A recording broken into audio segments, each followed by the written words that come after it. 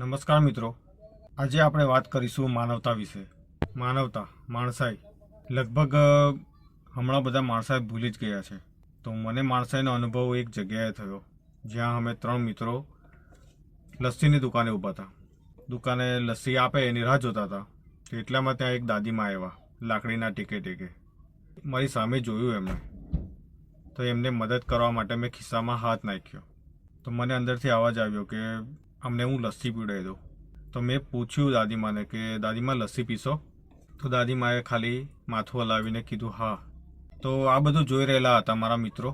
તેમને જોઈને આંચકો લાગ્યો કે માજીને 10-20 રૂપિયા આપીને છૂટા કરો ને, આ લસ્સી તો 50 રૂપિયાની છે. તો મેં એમને લસ્સી આપી. તો દાદીમાએ પોતાની પોટલીમાં ભૂંગળી વાળીને 20 રૂપિયાની નોટ મારી સામે કાઢી અને મને આપી. મેં પૂછ્યું કેમ?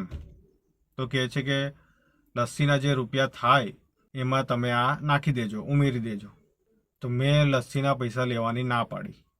મેં તેમને લસ્સી આપી અને હું ખુરશી પર બેસી ગયો. તો દાદી જમીન પર બેસી ગયા, પણ તેમની આ લાચારી મને ના ગમી. હવે હું દાદીને ખુરશી પર બેસાડું તો દુકાનદાર છે અને બીજા બધા ગ્રાહકો છે, તો એમને સારું ના લાગે, ના ગમે. ને દાદીમાં એમે મેલા કપડામાં હતા. તો હું ખુરશી પરથી ઊભો થઈ ગયો અને દાદીમા પાસે બેસી ગયો, જેના માટે મારે કોઈની પરવાનગી લેવાની જરૂર નથી, પૂછવાની જરૂર નથી મારે. ત્યાં તો દુકાનદાર બધું જોઈ રહ્યો હતો. તો દુકાનદાર બહાર આવ્યો, દાદીમાને ઊભા કર્યા અને એમને કીધું કે તમે ખુરશી પર બેસો. તો એમને ખુરશી પર બેસાડ્યા. દુકાનદારે મને કીધું કે કાયમ તો અહીંયા ઘણા ગ્રાહક આવે છે, પણ આજે માણસને આવતા જોયા છે. ખરેખર અત્યારે માનવતા નાશ પામી છે. માનવતા હોવી જ જોઈએ. આ બધું જોઈને દાદીમાની આંખો પણ છલકાઈ ગઈ, આંખોમાંથી આંસુ આવી ગયા. એટલી જ તો કહે છે ને કે તારું કશું જ નથી તો છોડીને આવતું, અને જો તારું બધું જ હોય તો છોડીને બતાવતું.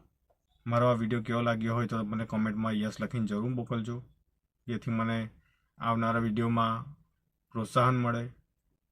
હું તમને આવી રીતના પ્રેરણાદાયક સ્ટોરી કહેતો રહીશ. જીવનમાં કંઈ શીખવા મળે તો શીખી લઈએ, કંઈ બદલવા મળે, કોઈના માટે સારું કરીએ, કોઈના માટે સારા બનીએ. આ વિડીયો કેવો લાગ્યો મને જરૂરથી જણાવજો. તો મળીએ નેક્સ્ટ વિડીયોમાં. ત્યાં સુધી જય માતાજી, જય હિન્દ.